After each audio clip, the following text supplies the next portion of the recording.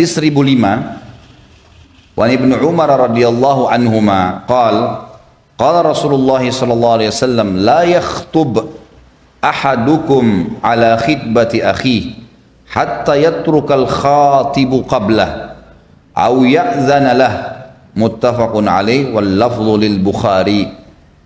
Ini hati-hati ya bagi ibu-ibu sebenarnya saya sarankan, saya sudah bilang tadi, jangan ikut campur terlalu jauh, boleh memberikan nasihat.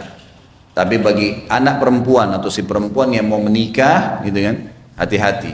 Kalau sudah menerima lamaran seseorang, menerima lamaran itu bagaimana? Mengiyakan. Maka tidak boleh menerima lamaran yang lain. Kecuali keadaannya orang yang melamar tadi yang kita sudah iyakan itu membatalkan.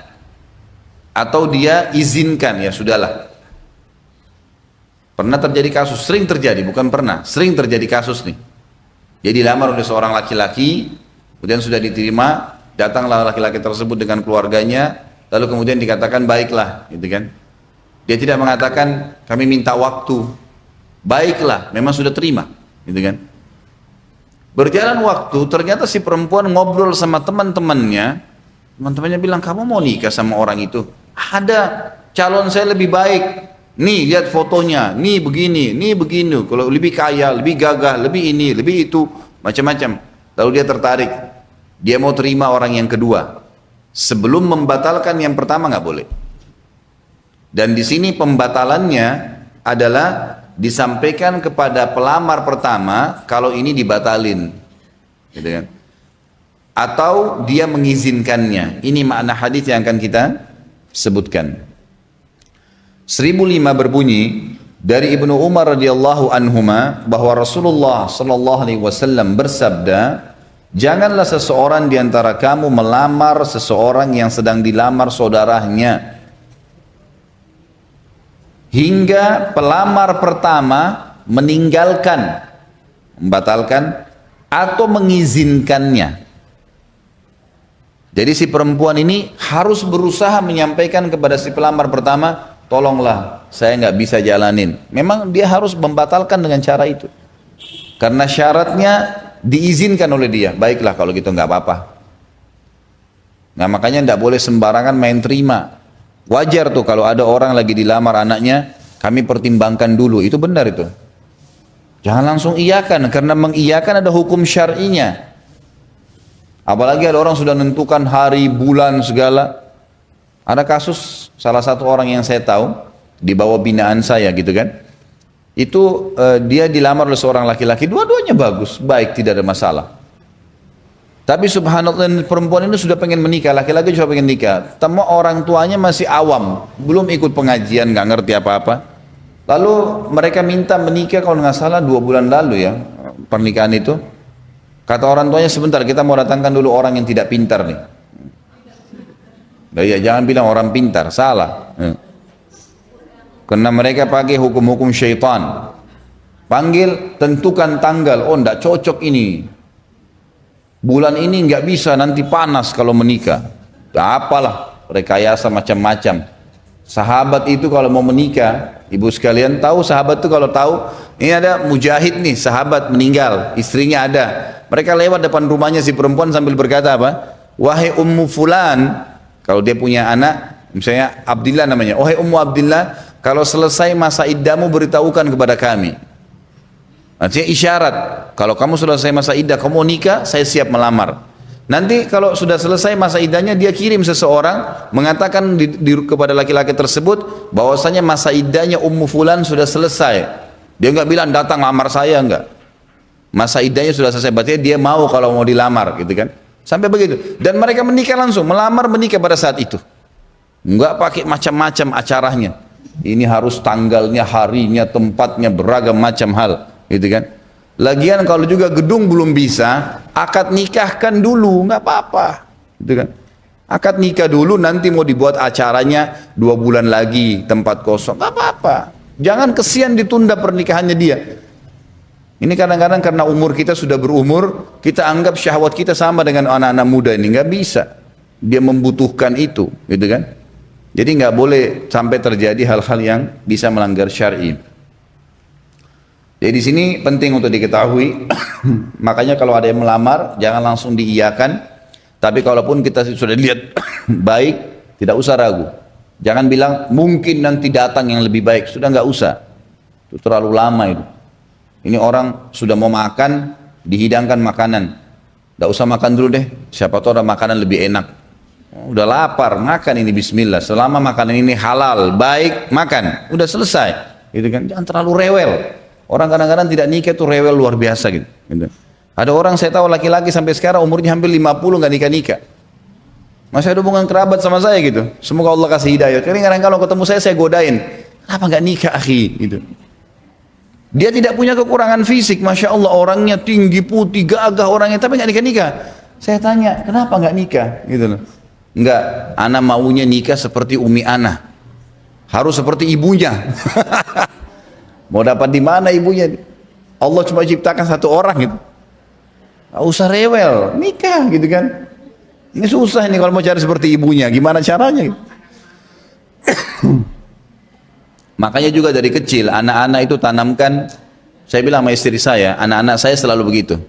Dan ingat ya, tidak aib dalam Islam berbicara dengan anak masalah pernikahan walaupun mereka masih kecil, tapi berbicara sesuai dengan akalnya. Anak saya bu, kelas 3 SD sudah biasa kadang-kadang kalau nanya, berarti kalau saya menikah nanti bagaimana? Saya nggak bilang nggak boleh ngomong itu nak, masih anak-anak, enggak. Oh insya Allah nak, kalau menikah nanti dengan laki-laki yang hafal Quran, orang saleh, terekam di benaknya dia, ini yang calon saya, dan dia tidak merasa aib atau berat untuk ngomong sama ayahnya, biarin. Kita enggak, anak-anak mau ngomong nikah ngapain? Enggak, jangan, biarin. Kalau tidak, gini bu ya, anak-anak itu kalau sudah melempar sebuah pertanyaan, berarti dia butuh apa? Jawaban.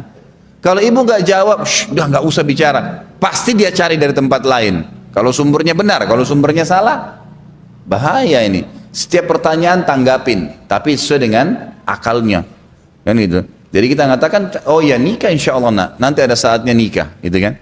Nanti kalau nikah itu dengan orang soleh, hafal Quran, gitu kan. Jadi seperti itu. Kita memberitahukan masalah seperti ini. Jadi ini bagian-bagian daripada poin yang penting dalam pernikahan, tidak boleh spontan menerima, ya. Kecuali kita sudah tahu akan menikah, dan kalau sudah menerima menikah saja, tidak usah terlalu berkhayal yang berlebihan, gitu kan. Kemudian kalaupun kita ragu, kita mengatakan kami minta waktu, dan minta waktu itu benar ya. Kami minta waktu seminggu misalnya, bermusyawarah dengan keluarga. Benar kita lakukan musyawarah, tidak ada rekayasa. Bagi seorang muslim semuanya transparansi, nggak ada yang tersembunyi, nggak ada pembohongan, nggak ada manipulasi, semua jelas. Iya, enggak, selesai. Maaf, kami belum bisa. Nggak apa-apa. Nanti nggak enak perasaannya, loh enggak. Memang dia butuh jawaban, itu lebih baik dari awal, gitu kan. Maaf belum bisa. Oh kami musyawarah seminggu kasih jawaban, jangan didiamin orang gitu. Memang dia bisa melangkah, gitu kan. Dia bisa berlangkah lagi. Ya. Seperti itu. Intinya kalau orang sudah melamar dan diiyakan, dia punya hak. Kalau dia meninggalkan lamaran tersebut atau dia izinkan, baru boleh. Ya. Hadis 1006, ini hadis yang agung, ibu-ibu sekalian. Hadis yang menjelaskan bolehnya seorang wanita menawarkan dirinya untuk dinikahi. Boleh dalam Islam. Kalau dia lihat laki-laki itu layak untuk jadi suami, dan memang itu dalam Islam boleh. Termasuk bolehnya orang tua menawarkan anaknya kepada orang yang dia lihat layak. Ini bukan aib. Jangan disuruh anaknya pacaran. Salah itu. Bu, harus diubah persepsi kita. Bolehnya mengizinkan anak-anak kita malam minggu dibawa oleh pacarnya. Om, tante pamit ya, saya dibawa ke Ancol, dibawa ke bioskop. Tidak terjadi zina. Bohong, gimana caranya? Pakai akal sehat. Ya, masalahnya kita orang tua menanggung dosa. Dan itu bukan bentuk cinta kita kepada anak-anak. Berarti kita benci sama anak-anak. Sebenarnya kita mau dia terjerat. Kalau dia hamil di luar nikah gimana? Aib keluarga, pusing sendiri, ngapain gitu loh. Nanti sebentar kesian anak perempuan ini disakitin, nanti nangis, nanti gini, nanti mengganggu, sekolahnya terganggu, kesehatannya terganggu, ngapain gitu. Jadi jangan lakukan itu ya.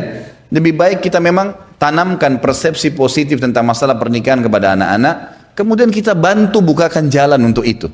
Bukakan jalan untuk itu. Banyak masalah-masalah dalam rumah tangga ya. Ada ayah karena terlalu cinta dengan anak perempuannya ditunda-tunda anaknya sampai 35 tahun gak nikah-nikah. Kenapa ini?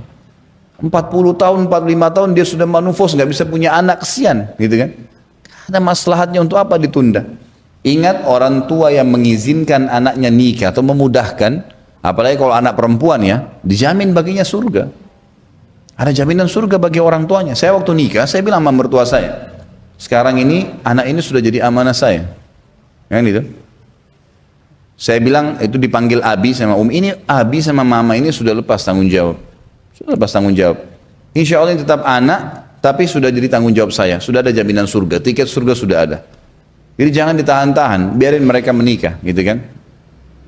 Jadi boleh ya menawarkan diri, tapi halnya dengan cara syar'i tentunya. Nanti kita lihat bagaimana seorang sahabiat Nabi datang kepada Nabi SAW menawarkan dirinya. Dan Nabi SAW melihat ke dia. Hukumnya tentang masalah melihat, gitu kan? Boleh juga orang tua yang menawarkan. Boleh juga orang tua yang menawarkan.